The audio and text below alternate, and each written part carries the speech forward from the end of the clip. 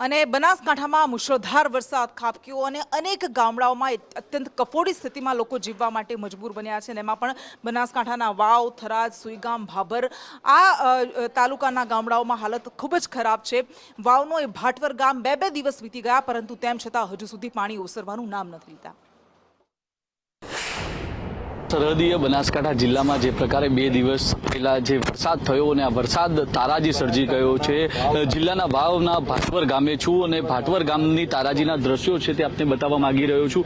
જે પ્રકારે બોટમાં સવાર થઈને અત્યારે સંદેશ ન્યૂઝની ટીમ છે તે ભાટવર ગામની મધ્યમાં પહોંચી છે।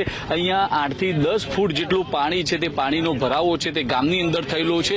અહીંયા 50 થી વધુ લોકો છે તે આ ગામની અંદર અટવાયા હતા। એસડીઆરએફની ટીમ દ્વારા રેસ્ક્યુ કરીને અત્યારે લોકોને બહાર કાઢવામાં આવ્યા છે। લોકો છે તેમની સાથે સીધી વાત કરવાનો પ્રયાસ કરીશું। શું કહો છો કાકા, ક્યાંના છો તમે? કેટલા લોકો ફસાયા? 50-60 ગાડી દીધા, 50-60 લોકો ગાડી દીધા। તમે એસડીઆરએફ ની સાથે સાથે મદદ કેવી સ્થિતિ છે અહીંયા? તો હવે રેડી છે હાલ, તો પેલા ગાડીને કેટલે સારું છે હાલ, ના ફોન કોઈ લાગતો નહીં, કોઈને ફોન નથી લાગતો 2 દિવસથી કોઈ 24 કલાક કોઈ કોન્ટેક્ટ જ નહીં। શું કહો છો કાકા, કેવી સ્થિતિ છે? અરે કોઈ બાજી નહીં, અમારે તો વિધિ મોય 2 જગ્યા કાઢ્યા છે, પૂછે તરસે છોકરાને બચ્ચાને મોય। અને કહેવાય છે કે અતિની નહીં ગતિ, બનાસકાંઠા રાહ જોઈ રહ્યું હતું। વરસાદે લાંબો વિરામ વરસાદે લીધો હતો પરંતુ ત્યારબાદ જે વરસાદ વરસ્યો કોઈએ કલ્પના નહોતી કરી કે 17 ઇંચ વરસાદ વરસશે। એ થરાદમાં મુશળધાર વરસાદ વરસ્યો, સોસાયટીમાં પાણી ભરાઈ ગયા છે, ઘરમાં પાણી ઘૂસી ગયા છે અને લોકો હજુ પણ રાહ જોઈ રહ્યા છે કે આ પાણી ઓસરશે ક્યારે।